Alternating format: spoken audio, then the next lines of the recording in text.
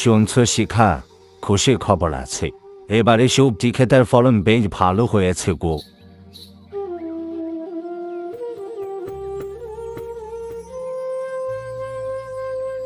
এ কি, তুমি কখন এলে গো? আমি তো খেয়ালই করিনি। এই এলাম এক্ষুনি। এবার মনে হয় ওপরওয়ালা আমাদের দিকে মুখ তুলে তাকিয়েছেন। এবার আর লোকসান হবে না। সবজির ফলন বেশ ভালো, লাভ হওয়ার সম্ভাবনা অনেক বেশি। তুমি বরং একবার সময় করে গিয়ে ফসলের ক্ষেত দেখে এসো। আজকে সবজির বাগানে অনেক কাজ আছে, এবার খেতে দাও।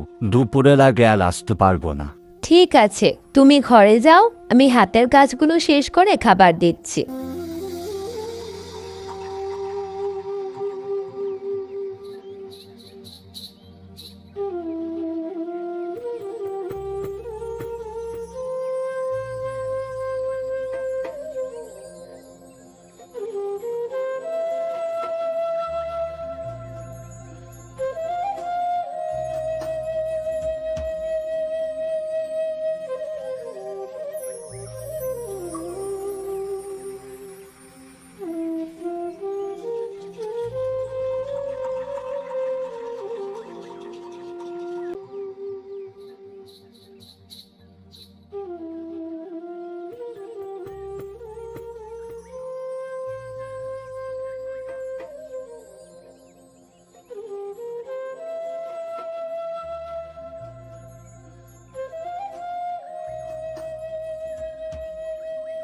কি রে রেশমা, এখনো খাবার তৈরি করিসনি? কতটা বেলা হয়েছে সেই খেয়াল কি তোর আছে?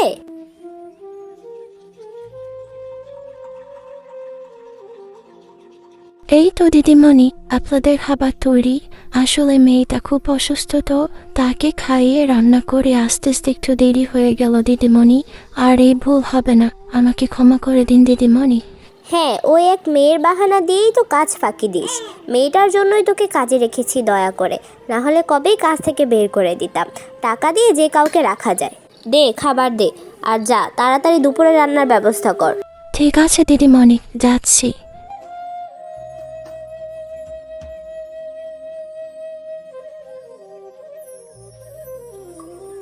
ওদের দুই বোন আর আমার মধ্যে সম্পর্কটা কতই না ভালো ছিল। যখন ছোট বোনটা বড়লোক বাড়িতে বিয়ে হয়ে গেল, ও কত পরিবর্তন হয়ে গেল। আর আমি আজ তার বাড়িতে কাজ করি, ও আমার সাথে কাজের লোকের মতো ব্যবহার করে। আর ওইদিকে বড় বোন, তার ব্যবহারটা কতই না ভালো। দুই বোনের মধ্যে কতই না পার্থক্য, সবই হয়তো বা টাকার জন্যই।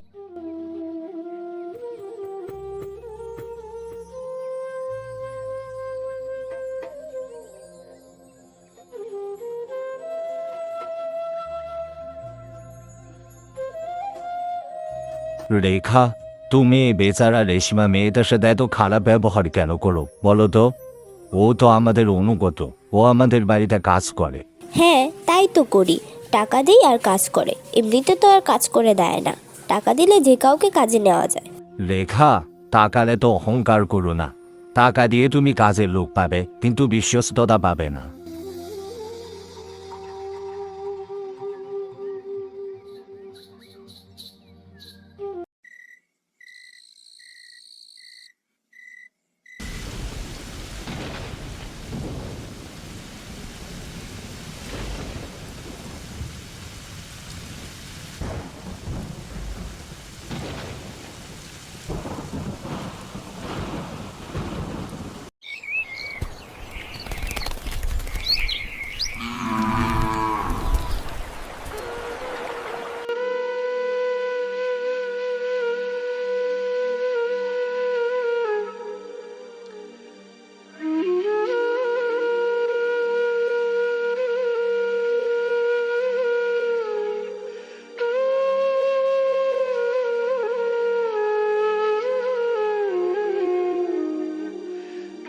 আমার সব শেষ হয়ে গেছে শিখা।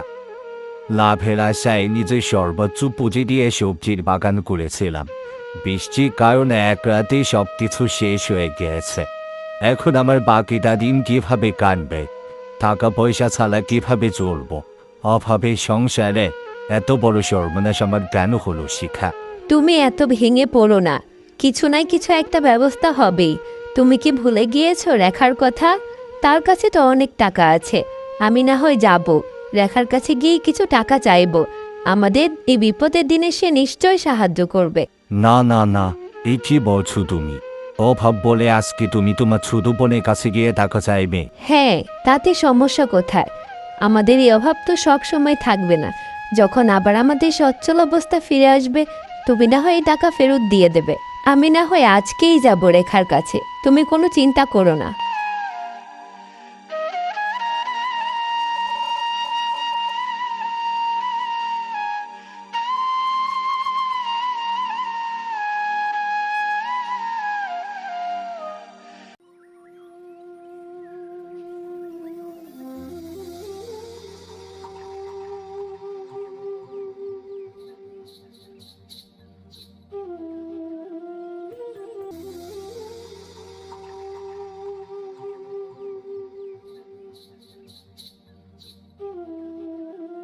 বোন রেশমা, একটু রেখাকে ডেকে দেওয়া যাবে?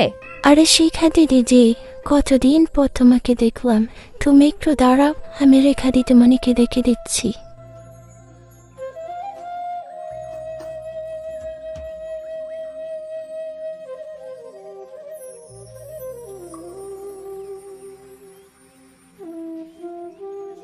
রেখা, বোন আমার, কতদিন পর তোকে দেখলাম। কেমন আছিস তুই বোন? এত আহ্লাদ দেখানোর কিছু নেই দিদি। কেন এসেছো সোজা সাপটা সেটা বলো। এইভাবে বলছিস কেন বোন? অনেক বিপদে পড়ে তোর কাছে এসেছি। এখন তুই আমার শেষ ভরসা। তুই তো জানিসই আমাদের সবজি বাগান দিয়ে সংসারটা চলে। এইবার তো জামাইবাবু খুব ভালোভাবে ক্ষেত করেছিল। সবজির চাষও বেশ ভালো হয়েছিল, লাভ হওয়ার সম্ভাবনাও ছিল অনেক। কিন্তু গতকালের বৃষ্টিতে আমাদের সব সবজি নষ্ট হয়ে যায়। নতুন করে আবার চাষাবাদ করার মতো কোনো টাকা তো নেই, আমাদের চলার মতো কোনো উপায় নেই।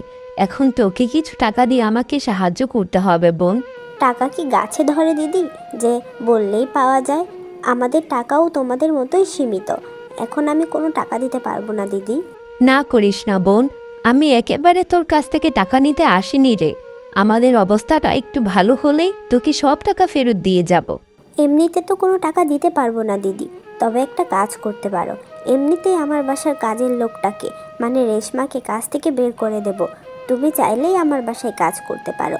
মাস শেষে রেশমাকে যেই টাকা দেই তার থেকে না হয় তোমাকে একটু বাড়িয়ে দিলাম, তাহলে আবার কাজের লোকও পাওয়া যাবে আর তোমার টাকাও তুমি পেয়ে যাবে। এটা তুই কি বললি বোন? আমি তোর বড় বোন হয়ে তোর বাসায় কাজ করব? ছি বোন ছি, অহংকার তোকে এতটা উপরে নিয়ে গেছে, নিজের বড় বোনকে কিভাবে সম্মান করতে হয় সেটাও তুই ভুলে গিয়েছিস। অথচ আমরা দুই বোন একই বাবার ঘরে অভাবের মধ্যে বড় হয়েছি। লাগবে না বোন তোর ওই টাকা, আমি গেলাম, ভালো থাকিস। যাও যাও, টাকা নেই বেঁচে থাকার মতো, আবার দেমাগ যায় না।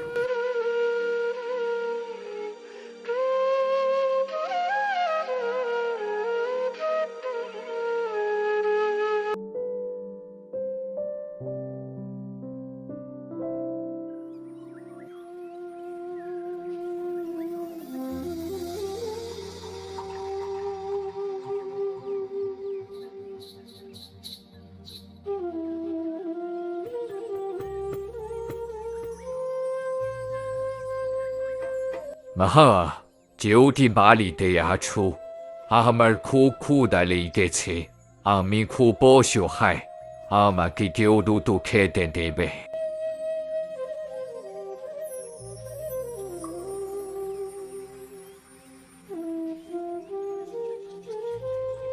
রেশমা, রেশমা, তুই থাকতে এইসব লোকজন বাড়ির ভিতরে ঢুকে কি করে?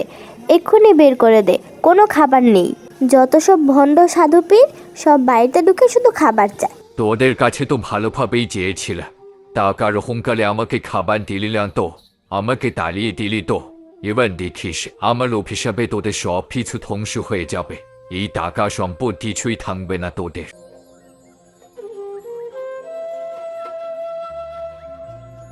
সাধু বাবা, শুনুন সাধু বাবা, দয়া করে এভাবে অভিশাপ দিয়ে আমাদেরকে চলে যাবেন না।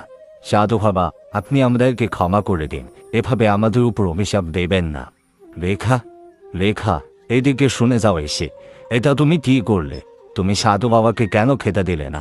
কেন ওনাকে তাড়িয়ে দিলে? কি হয়েছে, এত চেঁচাচ্ছ কেন? আমি যা করেছি বুঝে শুনেই করেছি। পরের বার আমাকে আর ডাকবে না। হ্যাঁ হ্যাঁ, যাও তুমি। তবে আমার একটা কথা শুনে রেখো, আমার এই টাকা সম্পত্তি যদি কোনো কিছু হয় তাহলে তোমারই বাড়িতে কোনো জায়গা নেই।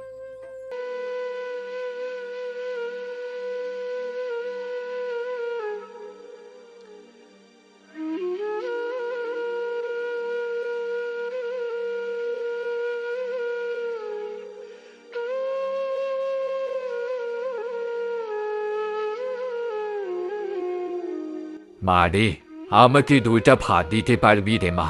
আমি অনেক দিন ধরে কিছু খাই না। আমরা অনেক কষ্টে দিন কাটাচ্ছি বাবা।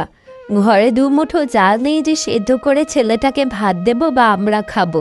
এই অভাবে দিলে আপনাকে ভাত কোথায় থেকে খাওয়াবো? তবে ঘরে কিছু মুড়ি বাতাসা আছে, আপনি চাইলে এগুলো দিতে পারি বাবা। দে মা, যা আছে তাই দে, ছেয়াকে পেটের খিদে চুলোই।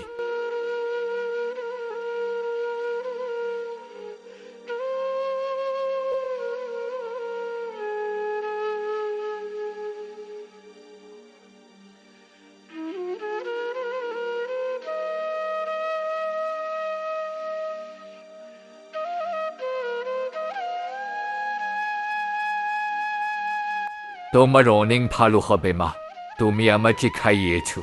তুমি পোচাটা ঘরের এক কোণে রেখে দিও, তোমার ভালো হোক। আমি আসি মা।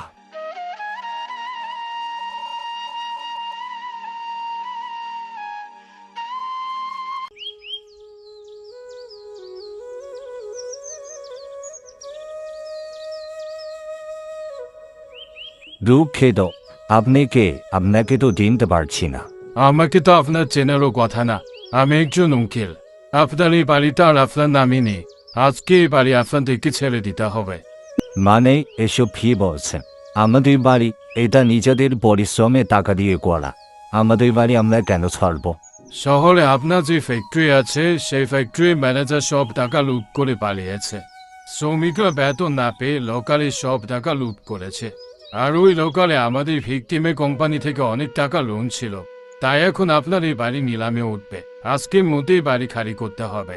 যদি এই সিদ্ধান্ত মেনে না নেন তাহলে আপনাদের বিরুদ্ধে আইনি ব্যবস্থা নেওয়া হবে। এ আমার কি হয়ে গেল? আমার তিলে তিলে করে বাড়ি, বিজনেস সব এক নিমিষেই শেষ হয়ে গেল। সব তোমার জন্য হয়েছে লেখা। ওই দিন যদি তুমি সাধু বাবাকে খাবার দিতে, ওনার অভিশাপে আজকে আমার সব ধ্বংস হয়ে গেছে। তুমি আর আমার সাথে থাকতে পারবে না। আমি তোমাকে আর নেব না। এখন আমি শহরে চলে যাব আর নতুন করে আবার জীবন শুরু করব। তুমি এখানেই পড়ে থাকো কষ্টে। হ্যাঁ, মানছি আমার ভুল হয়েছে, কিন্তু তুমিও ভুল করো না। দয়া করে আমাকে ক্ষমা করে দাও, আমাকে তোমার সাথে নিয়ে যাও। আমি আর কখনো এমন করব না। দয়া করো আমাকে। না, যে ভুল করে সে একবারই ভুল করে না, বারবারই ভুল করে। আমি তোমাকে আর সুযোগ দেব না। আমি চলে গেলাম, তুমি ভালো থেকো।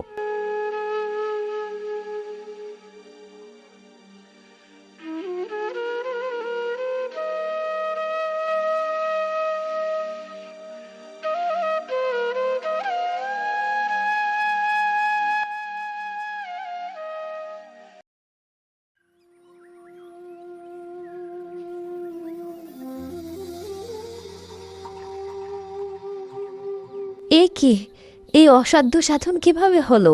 আমাদের ঘরে এত সোনা দানা কিভাবে এলো? আমরা এত তাড়াতাড়ি রাতারাতি বড়লোক কিভাবে হয়ে গেলাম? আমি তো কিছুই বুঝতে পারছি না। আরে শিখা, এগুলো কোথায় থেকে এলো?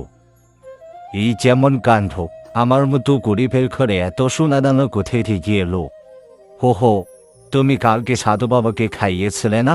উনি তো তোমাকে একটি পুটলি দিয়েছিল। সব মনে হয় এই পুটলিরই কামাল। দেখেছ, কাউকে খাওয়ালে কখনো কমে না। হ্যাঁ, তুমি ঠিকই বলেছ। কালকে সাধু বাবাকে খাইয়ে আজকে আমাদের ভাগ্য পরিবর্তন হয়ে গেল।